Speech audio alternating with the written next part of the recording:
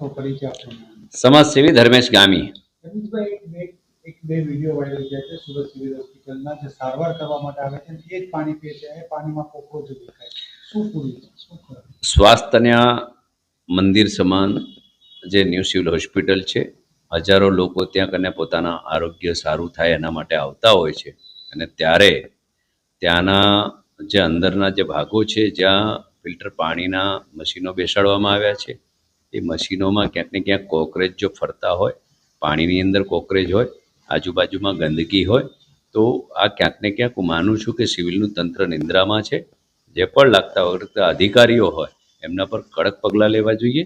અને હજારો માણસો પોતાનું આરોગ્ય સારું કરવા માટે આવતા હોય, તો આમાં તો ઉલટા વધારે માંદા થઈને ઘરે જાય. એટલે સારું થવા માટે આવતા હોય તો ચોક્કસ હું માનું છું કે સ્વાસ્થ્યનું ધ્યાન રાખવું જોઈએ અને સ્વચ્છતાનું ધ્યાન રાખવું જોઈએ. શું લાગે આરએમઓને એમાં ગલતી? ને એમાં આરએમઓને કંઈ લેવા દેવા નથી. પીઆઈયુ વિભાગ હોય કે જે કંઈ સ્વચ્છતાને લાગતા અધિકારીઓ હોય, બધા આરએમઓનું કામ છે કે ડૉક્ટરોને સાચવવાનું.